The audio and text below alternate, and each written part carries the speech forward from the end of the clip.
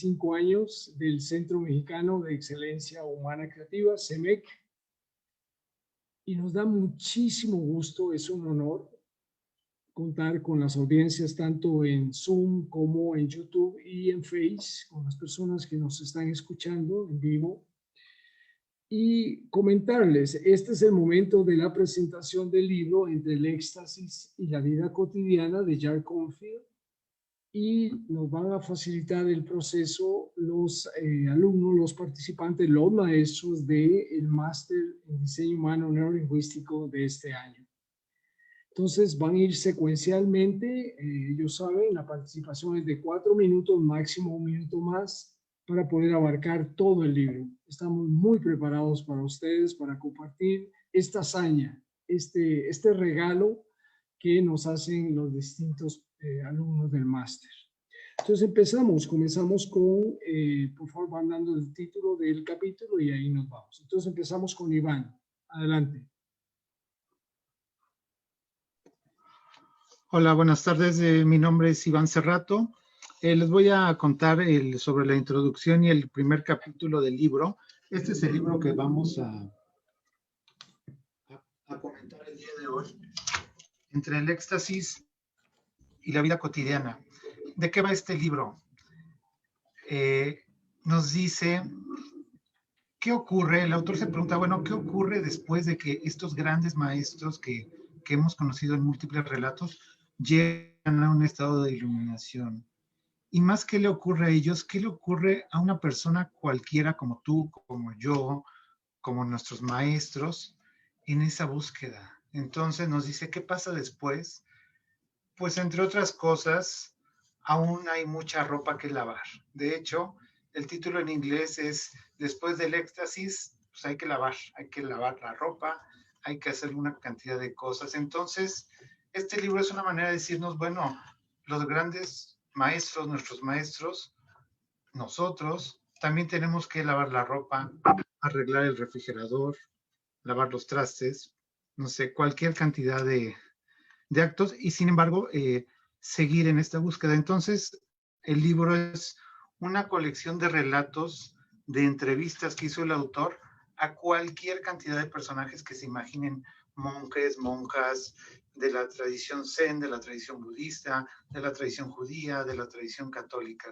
Entonces, esa es la invitación del libro, que a través de los relatos vayamos identificándonos. Yo creo que ese es uno de los propósitos del libro, identificando cómo cualquiera de nosotros puede ser ese maestro que después de un dolor muy profundo encontró un estado de plenitud, de iluminación, si lo queremos llamar así, y también un estatus de conocimiento. Entonces, ese es el contexto, ese es el corolario en el que vamos a escuchar los 17 capítulos de este libro.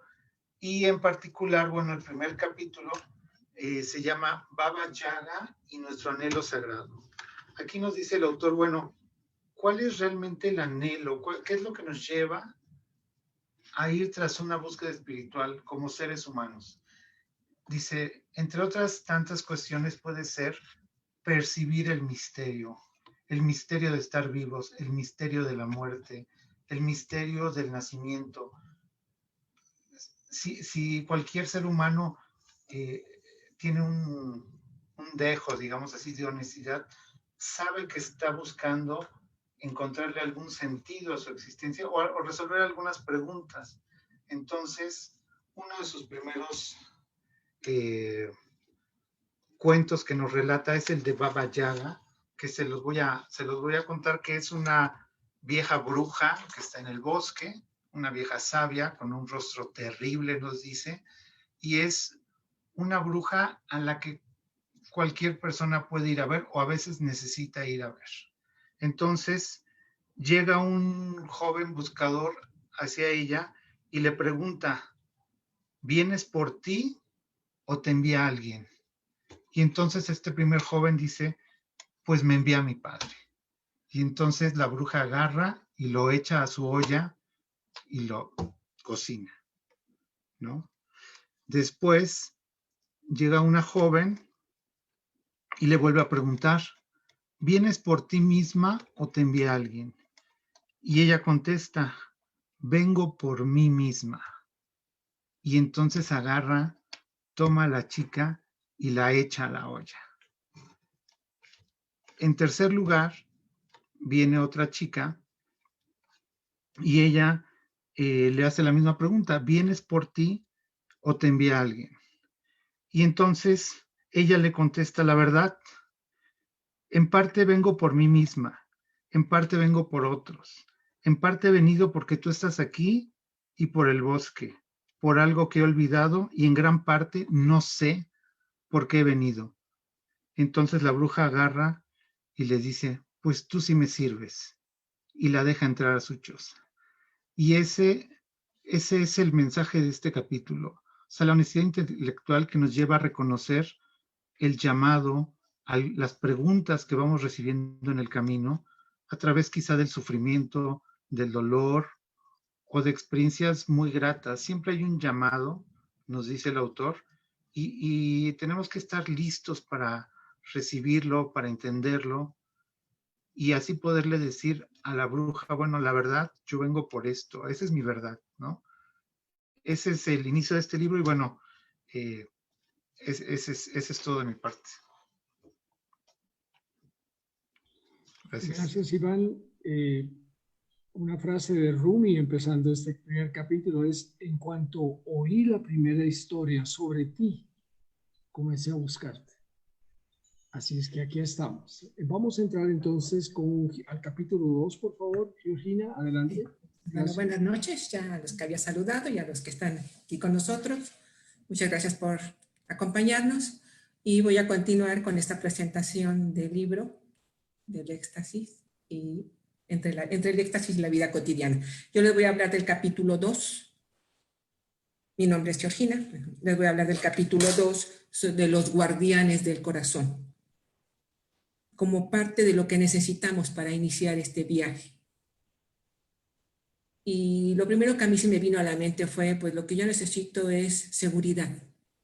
Y al leer esta cita de Helen Keller, donde dice que la seguridad en su mayor parte es superstición y que la vida es una osada aventura, si no, no es vida, si no, no lo es. En ese momento me detuve y puse en práctica lo que he aprendido aquí en CEMEC. ¿Sí? Me detuve, hice 3 respiraciones profundas y me tranquilicé. Y en la medida que iba leyendo es lo que nos dice el autor. Precisamente lo primero que tenemos que hacer es sentirnos tranquilos, apagar ese automático y abrirnos, tener esta apertura para poder estar en silencio y escuchar lo que nos quiere decir nuestro corazón. O sea que esto es lo primero que necesitamos para iniciar este viaje espiritual. También necesitamos de un navío. ¿A qué se refiere con esto? A una disciplina honesta que nos ayude en este viaje. Y pueden ser muchas, como la oración, la visualización, los cantos, los rituales, la meditación. De esta es la que yo les quiero hablar, de esta práctica que, como hace un momento lo comentaba, cuando yo me siento y movilizo mi cuerpo y empiezo a conectar con él y con mi mente en ese momento, pues sabemos lo que los hemos estado practicando, cómo pueden surgir incomodidades, dolores, recuerdos que están en cada uno de nuestros órganos, ahí almacenados, o en los archivos de nuestra mente. Y entonces me encanta este cuento que leí también en este capítulo de la princesa y el dragón.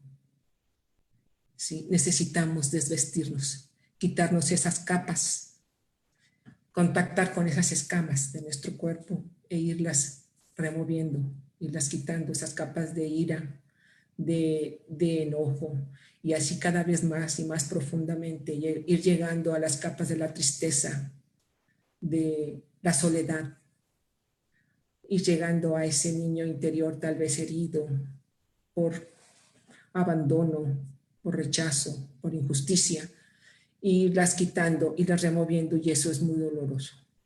También irnos quitando de la mente esas capas de duda, de ese vertiginoso ir y venir de pensamientos que nos llevan al pasado, que nos llevan al futuro. Les decían esto, y poder centrarme y empezar a respirar nuevamente, concentrarme y poder estar en el aquí y el ahora para poder ir liberando nuestro cuerpo, nuestra mente, irlas sintiendo como el dragón cada vez más ligeras.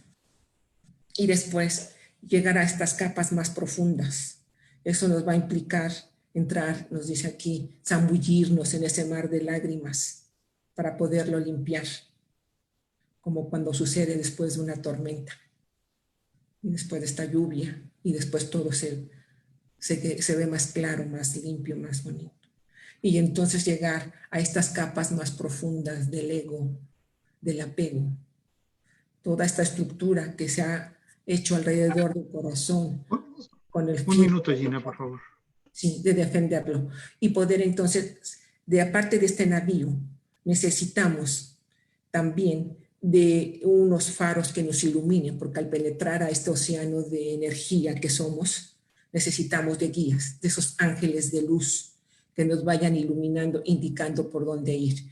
Y bueno, yo les quiero decir que esto es lo que hemos estado, le voy encontrando todo el sentido a lo que he encontrado aquí en CEMEC, con este ángel de luz, Rodrigo, con todos nuestros maestros como Tai y ustedes, compañeros, para seguir adelante y recordar que esto no lo hacemos para dejar de ser o para ser otra persona o para ser mi mejor versión. Es para ese encuentro con uno mismo. Gracias. Gracias, Georgina. Bueno, ángeles de luz, aquí hay 15, 20. Sí, a todos. Gracias. No, y además me acuerdo en tu capítulo, si no has llorado profundamente, no has empezado a meditar. Ok, bien, vamos al capítulo 3 con Leslie, por favor. Sí. Hola, buenas noches.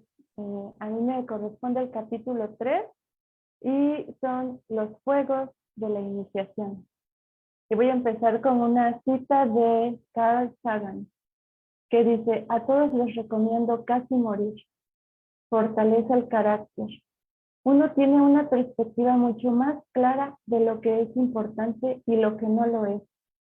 La preciosidad y la belleza de la vida. Y justo este capítulo nos invita a ir hacia el fuego interior, hacia el interior de nosotros, a nuestra iniciación. Justo es el momento donde nuestro corazón madura. Aquí es donde a nosotros mismos nos damos un renacer, otra oportunidad. Es donde aprendemos a abandonar todo lo viejo, a perdonar, a dejar la vida antigua y los hábitos, las creencias que teníamos para entonces crear una nueva visión sobre nosotros mismos y sobre el entorno donde estamos. También, justo aquí en este capítulo del fuego, bueno, de los fuegos de la iniciación, nos habla de que no se trata de una lucha, ni es ambición, ni conseguir una meta. Es simplemente ser honesto con tu corazón, contigo mismo, para estar bien contigo, hacerte el bien para ti, y al mismo tiempo se va a reflejar en todo lo que hagas.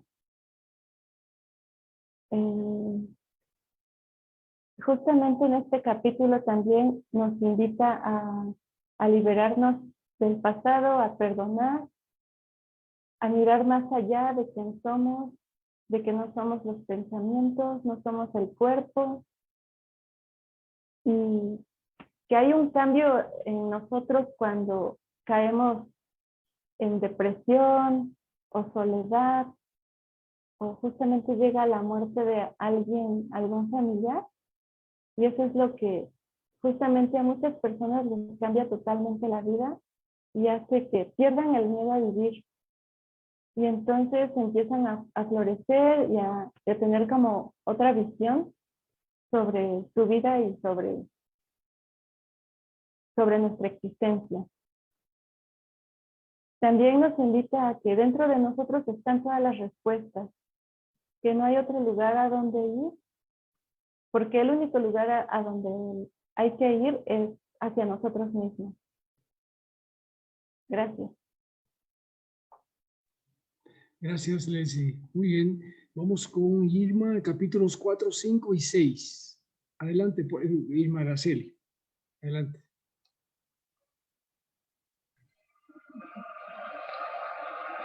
Gracias, buenas noches.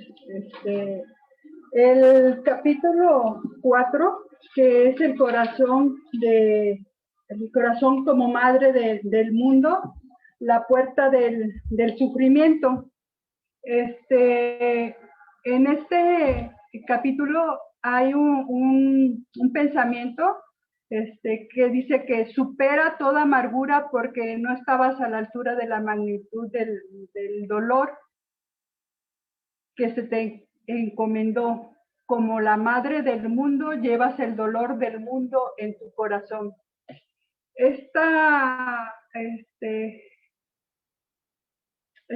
pensamiento me gustó mucho porque pues como todo ser humano,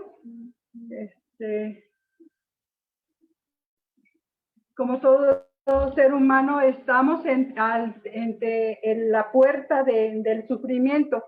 Todo ser humano estamos apegados al dolor, a la forma de estar apegados a las imágenes, a los sonidos, al sufrimiento del apego. En este capítulo nos mencionan que hay que estar como viviendo una dualidad, solamente estando en esa dualidad. A veces podemos estar sufriendo, a veces en la alegría.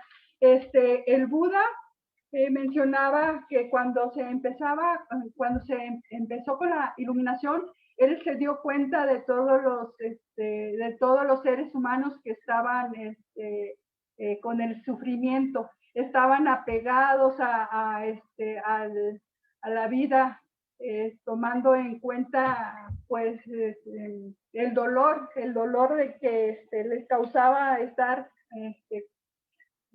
pues como nosotros o como yo, en algunas ocasiones estamos apegados a las cosas materiales o apegados a alguna persona, apegados a alguna familia. Entonces, para cruzar esa puerta de sufrimiento, pues tenemos que estar conscientes de que en ocasiones estamos alegres y en ocasiones podemos estar tristes, pero sin embargo, pues tenemos que estar separados del odio, de todo lo que nos está ocasionando apegos. Eso es más que nada lo que nos menciona este capítulo, que podemos descansar en el gran corazón de Buda, de Jesús, y en el que sabe, teniendo en cuenta que estamos con esa dualidad, no solamente estar en el dolor, sino en la alegría, pero mientras esperamos de engaños y de los que lo contienen todo. O sea, es una parte que nosotros debemos estar conscientes de que pues existe el sufrimiento y el dolor, pero como dicen, el sufrimiento, el dolor es momentáneo, el sufrimiento tú lo vas agarrando, lo vas, es una forma de estarte tú queriendo compensar los cambios que que tienes en la vida, pero hay que tener en cuenta que es una dualidad. Podemos estar en la alegría, podemos estar en el dolor, pero eso es momentáneo. Eso es momentáneo. Por favor. Digo, un minuto, Irma. Sí, gracias. En la puerta del vacío, es el otro, tenemos que estar en cuenta de que para tenerlo todo, tenemos que dejar, mencionan que Dios hizo todo a través del vacío. Nosotros cuando estamos, dejamos todos esos apegos, dejamos el vacío y podemos llenarnos con las cosas que ha estado ayudando. Entonces, dejar todo, vaciarme, digamos, para tener ese vacío que se vaya llenando con cosas que pues me hacen feliz o me mejoran la calidad de vida. Entonces, una de las cosas las cuales me ha ayudado pues es la meditación y contar con estos libros que para mí me han ayudado mucho en ese sentido. Gracias. Gracias, Irma. Vamos al capítulo 7-8 con Gaby. Adelante, Gaby, por favor. Gracias, buenas tardes. Gabriela Cortés, La puerta sin puerta, y el 8, Más allá del Satori. Y bueno, cualquier práctica que nosotros ocupemos va a ser el medio, va a ser el camino para que abramos nuestro corazón, definitivamente. Para encontrar y llegar a nuestras metas, a nuestros sueños.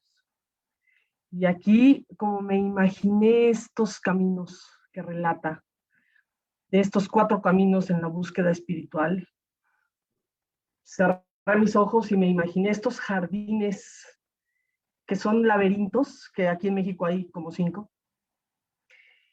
Y hice una analogía en mi mente en donde todos estos caminos que conducen a esta búsqueda espiritual, en donde vas encontrando primero dolor, tristeza, pérdidas,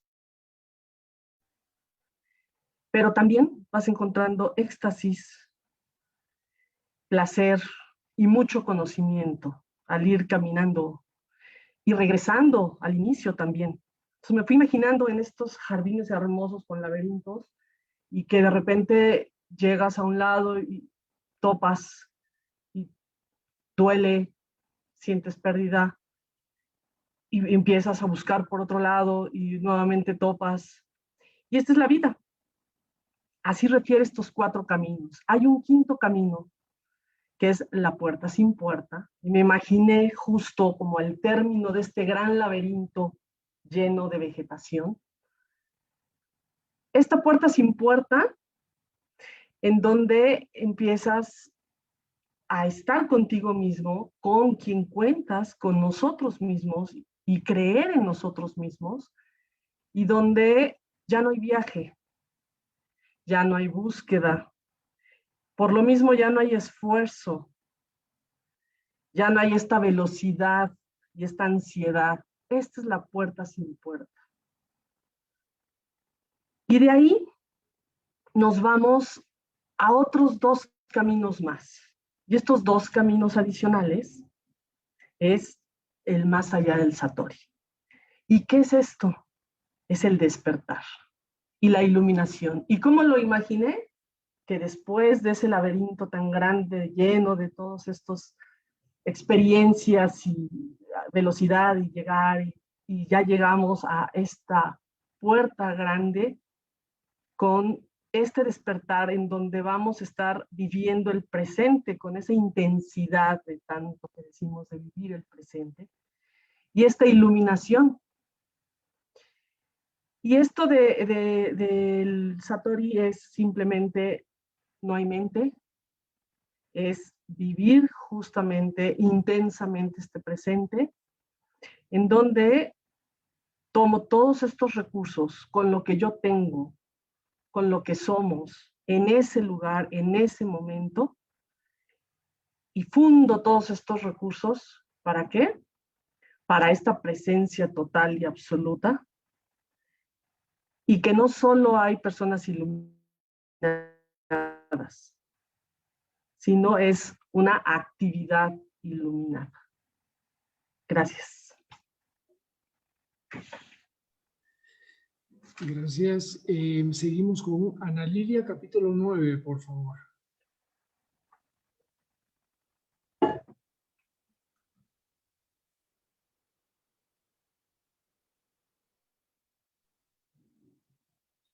No hay un estado de retiro iluminado.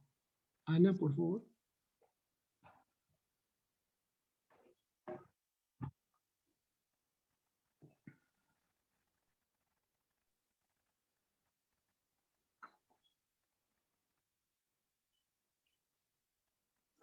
Ana, adelante.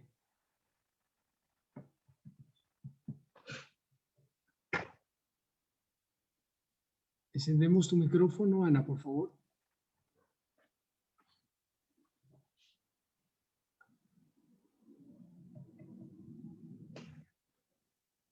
Lilia.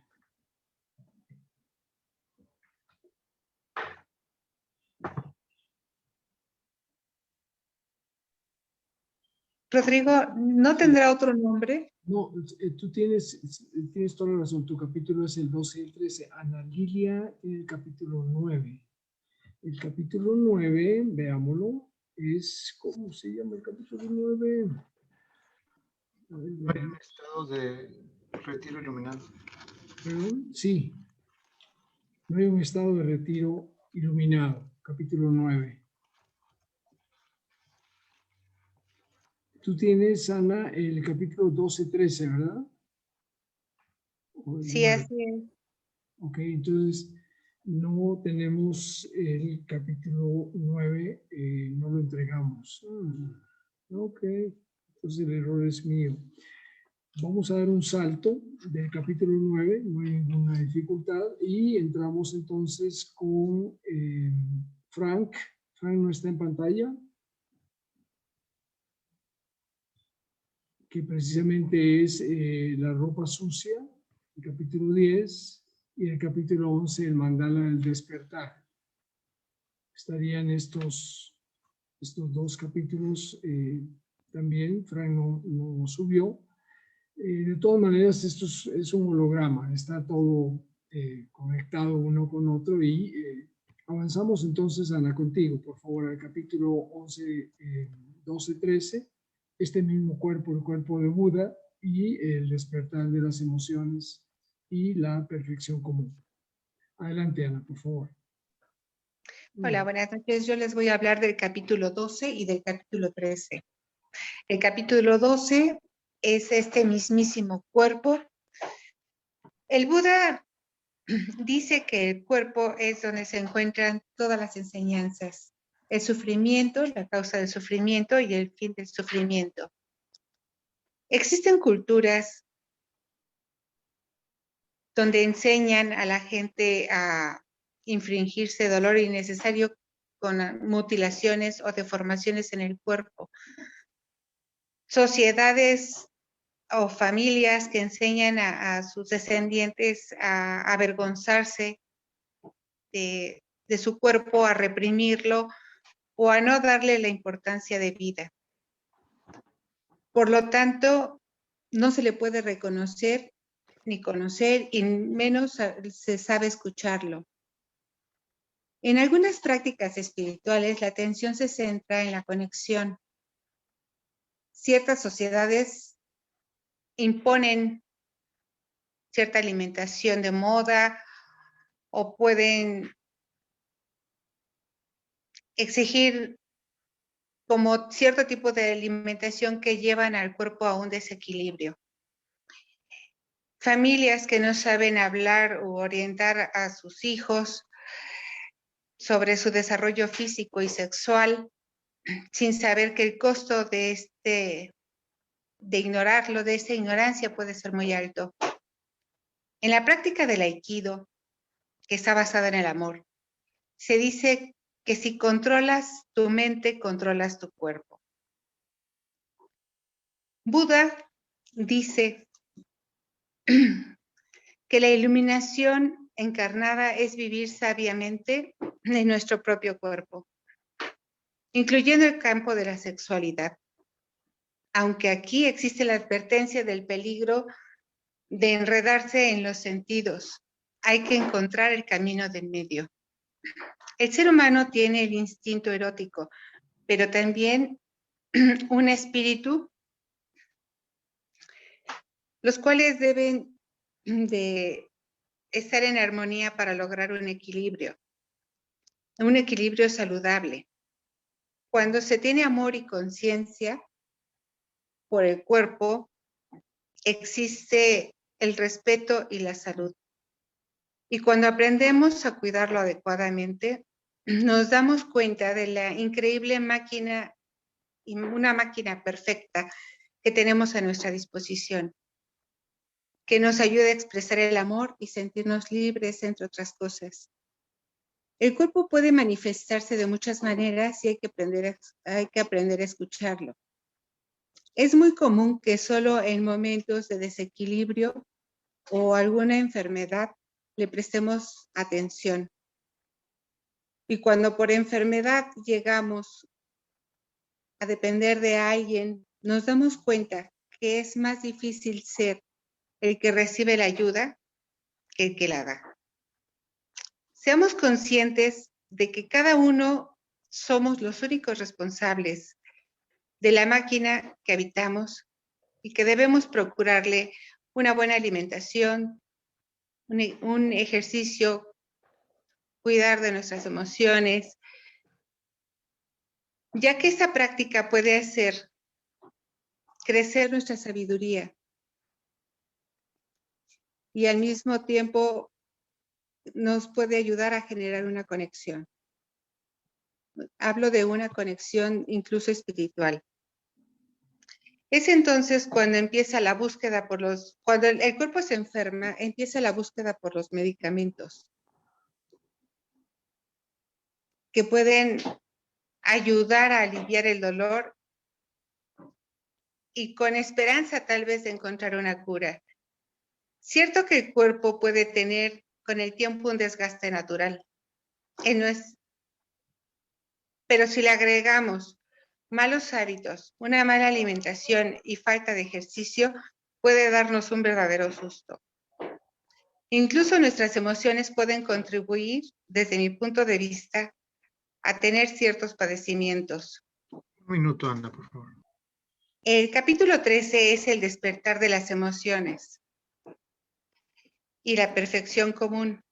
Las emociones y el cuerpo para mí tienen una conexión muy, muy fuerte. También a las emociones se nos enseña a reprimirlas o a ignorarlas. La expresión de ciertas doctrinas, sociedades o familias hacen que se determinen ciertas conductas como apropiadas para los hombres y otras que se les dan a las mujeres, como los sentimientos que nos conectan con la vida. Como ejemplo, y esto es en tiempos actuales, a los hombres se les reprime si lloran y a las mujeres se les permite porque ellas tienen esa capacidad de expresión. En la medida que experimentemos la gama de emociones, podremos reconocer y aprender a trabajarlas.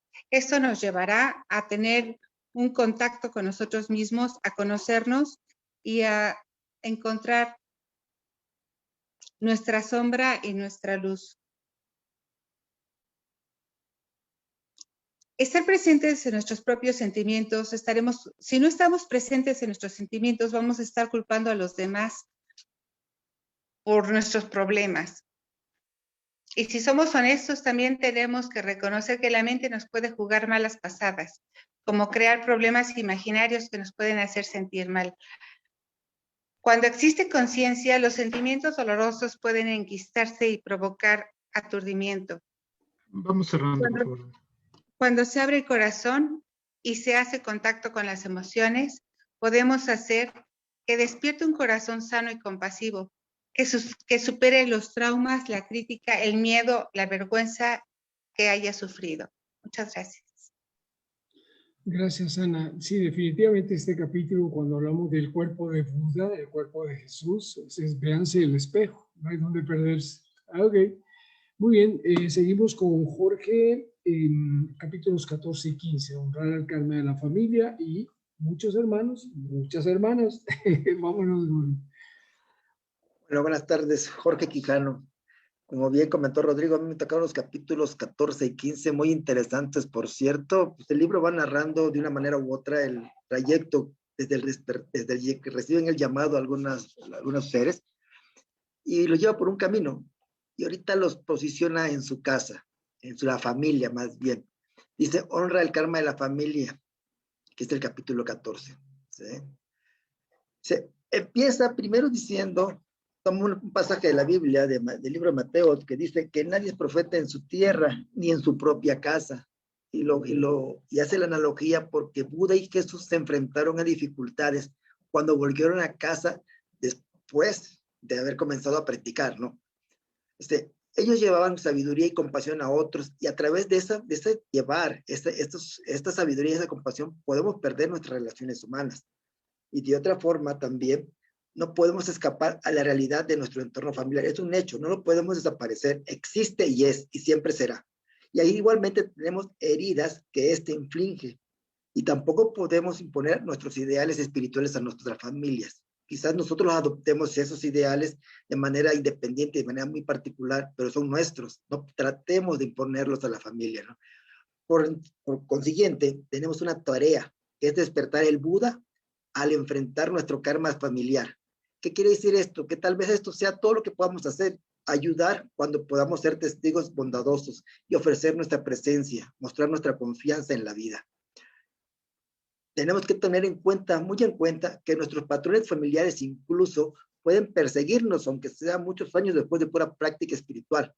Tenemos que encontrar esa libertad de nuestro propio espíritu y descubrir que nosotros no somos nuestra historia familiar. De la tolerancia que da nacimiento a la intimidad, menciona el libro que a pesar de que tengamos que practicar la tolerancia, esto no quiere decir que nos tenga que agradar a aquellas personas a las que amamos o toleramos, ¿no? Dice, tolerancia no significa aceptación a lo perjudicial. Ese es un filtro que hay que tener muy presente. Y menciona también que la familia es una de las últimas fronteras del desarrollo espiritual, ya que con una facilidad muy extrema podemos juzgar a los otros. A veces, cuando más cerca estamos de una persona, más fuerte es nuestra crítica y nuestra frustración. ¿Y dónde podemos estar más cerca si no estando en el entorno familiar? El nacimiento de la tolerancia y la aceptación se produce mucho más verdaderamente cerca del hogar, rectificando lo que estamos platicando, ¿no? Ahora bien, la familia es un espejo. En nuestros cónyuges, en nuestros amantes, nuestros padres o nuestros hijos encontramos nuestras necesidades, nuestras esperanzas y nuestros miedos escritos con letras mayúsculas. Necesitamos ser tolerantes y respetuosos unos con otros, porque la tolerancia y el respeto van de la mano.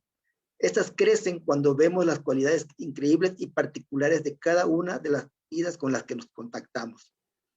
Obviamente, todo eso viene generándose a partir de nuestro entorno, desde que recibimos de nuestros padres o de nuestros ancestros, ¿no? Y menciona, tiene un subtítulo que llama Padres Respetuosos. Dice que esto es importante porque nos lleva a una sabia crianza de los hijos. Y esa sabia crianza, ese respeto, es base de ser padres como práctica espiritual. Sin conciencia y respeto, sencillamente vamos a repetir lo que nosotros vivimos. Vamos a actuar de esa manera como estamos condicionados por nuestra propia crianza. Sin respeto continuamos los ciclos de heridas, de vergüenzas, de indignidad, tensión o abandono que existieron en nuestros pasados. Por eso es muy importante una atención respetuosa, ya que con esa atención podemos ofrecerles a nuestros hijos una protección y una crianza sinceras, y al mismo tiempo estamos poniendo los límites adecuados a su comportamiento. Nuestra enseñanza espiritual se transmitirá no solo con palabras, sino con la integridad de nuestra vida cotidiana, con la manera en que mostramos los valores más profundos de nuestro corazón. Y menciona, muy importante, que nunca es demasiado tarde para empezar a fomentar ese respeto. Menciona que así como Buda y con Jesús, vamos a ser puestos a pruebas. ¿Y dónde vamos a recibir esa prueba más intensa si no es al aceptar la familia como una práctica continua? Dentro del entorno familiar vamos a estar sujetos a esas pruebas, a nuestra propia espiritualidad. Vamos a encontrarnos con padres viejos, adolescentes desdichados, conflictos con los hermanos, problemas de dinero, enfermedades familiares, adicciones, y todo eso va a poner a prueba nuestra espiritualidad.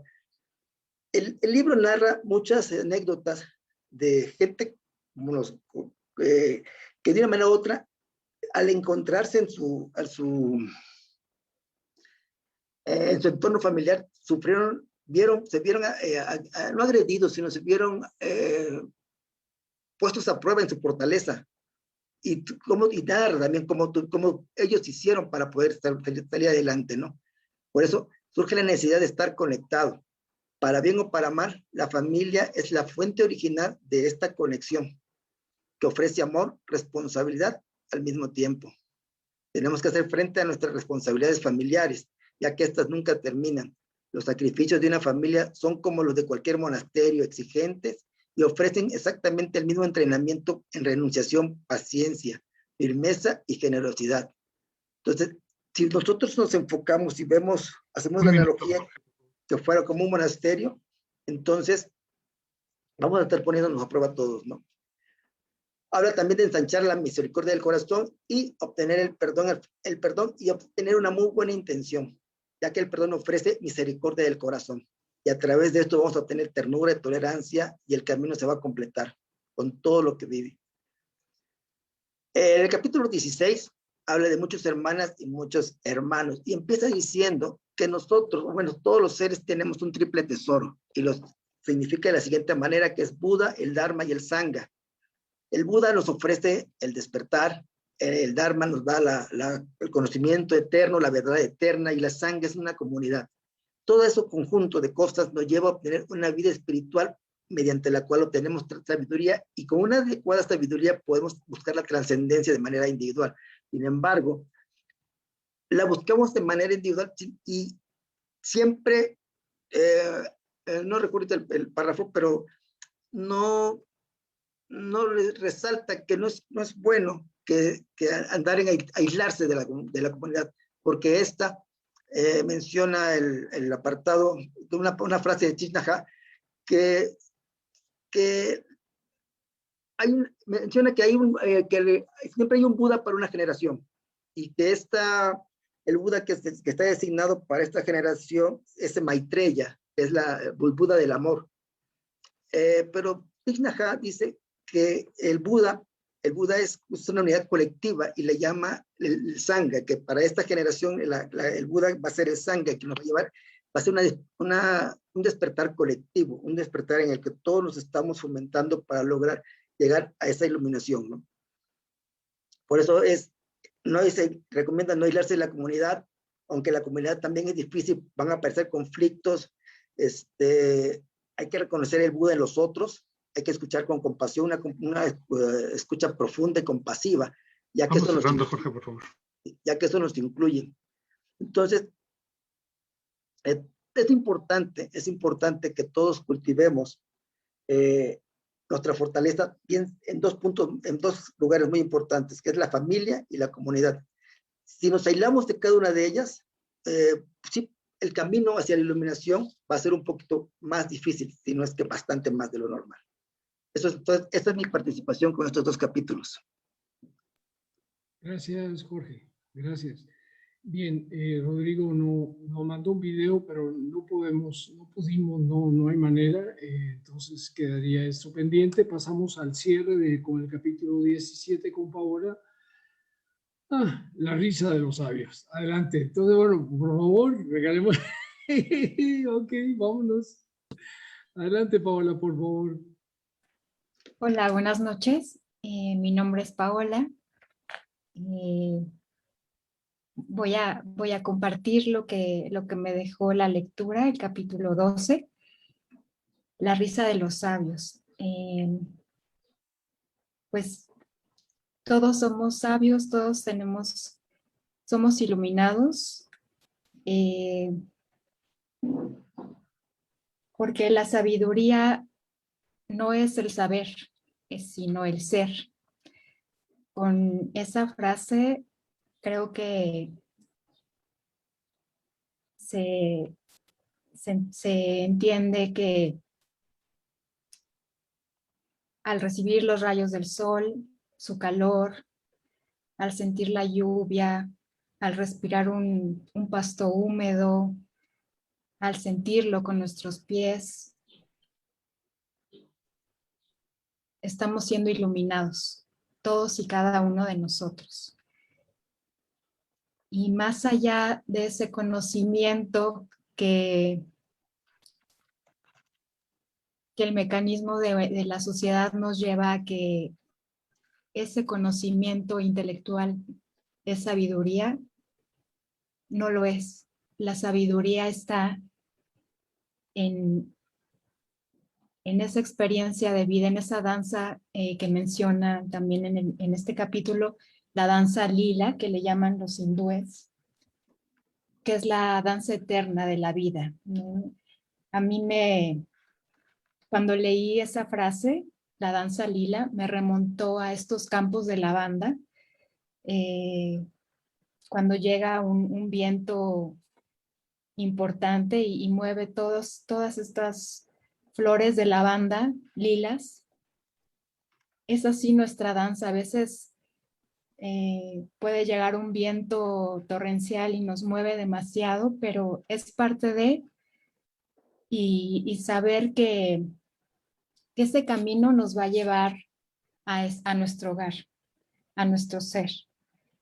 Y al estar en nuestro ser, compartimos esa experiencia con todos nuestros hermanos, con nuestra familia, y pues es ahí donde descansa la gratitud, donde existe esa compasión y donde nuestro corazón puede expandirse y se siente libre, porque es esa la sabiduría, el corazón abierto, la libertad de ser, de agradecer. Entonces, les voy a leer un fragmento que dice: la sabiduría no es información, sino una presencia constante, una apertura intuitiva, sensitiva del cuerpo, los sentidos, y del corazón, el espíritu. Es el camino a casa. Y estamos en ese constante aprendizaje, en ese constante despertar. Y es ahí donde ponemos en práctica el regalo maravilloso que nos da Rodrigo, que nos da CEMEC, que nos damos entre nosotros como comunidad, que nos damos entre nosotros con nuestras familias. Y pues bueno, ese es el estar practicando día a día. No es llegar a un fin de iluminación, sino es estar en el medio, es el estar practicando constantemente, estar en este estado de conciencia, de presencia. Y bueno, voy a cerrar con un pequeño video de danza que me remontó, pues cuando lo vi, me recordé también otro fragmento del libro que me gustó mucho por esa belleza que encierran pues nuestros corazones. Teníamos hace un momento antes nuestra práctica con nuestros compañeros, con Rodrigo, y decíamos esto de esa belleza secreta de expansión de nuestros corazones y que ahora con esto de la pandemia, que es a través de una pantalla, pero lo podemos experimentar, es algo que no, que va más allá de lo científico y simplemente es y está y la compartimos todos. Entonces voy a permitirles presentar este video cortito de danza. Les voy a presentar la primera parte porque dura 4 minutos y les voy a leer el fragmento que les comento.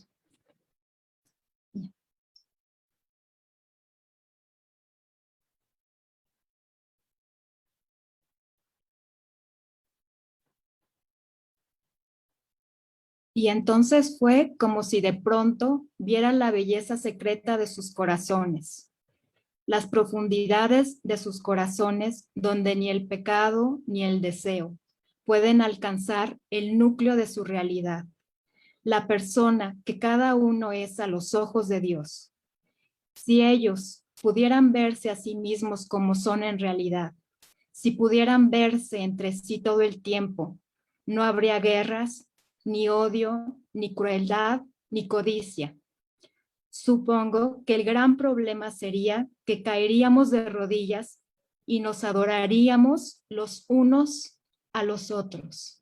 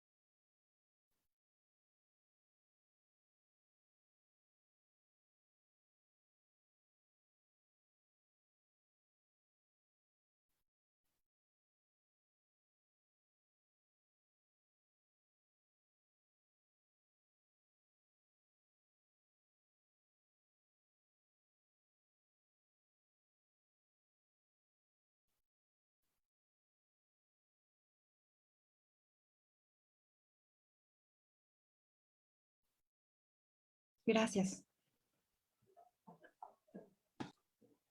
¿Podrías leernos otra vez el texto, Paula, por favor? Gracias. Entonces fue como si de pronto viera la belleza secreta de sus corazones, las profundidades de sus corazones donde ni el pecado ni el deseo pueden alcanzar el núcleo de su realidad, la persona que cada uno es a los ojos de Dios. Si ellos pudieran verse a sí mismos como son en realidad, si pudieran verse entre sí todo el tiempo, no habría guerras, ni odio, ni crueldad, ni codicia. Supongo que el gran problema sería que caeríamos todos de rodillas y nos adoraríamos los unos a los otros. Pues aquí estamos, ¿no? Y necesitamos generalizarlo, vamos a adorarnos unos a los otros, no hay opción, ya lo decía hace 2021 años, ¿no? Y más, desde el principio, desde siempre, nacimos para adorarnos, para amarnos, y así está. Bien, ha sido una jornada linda de 1 hora, maravillosa, donde compartimos nuestro sentir, porque como bien lo hemos dicho, no es un trabajo intelectual, conceptual, sino en nuestro corazón puesto sobre el corazón de las personas que están con nosotros de otra manera, en Face, en lo que está. Entonces vamos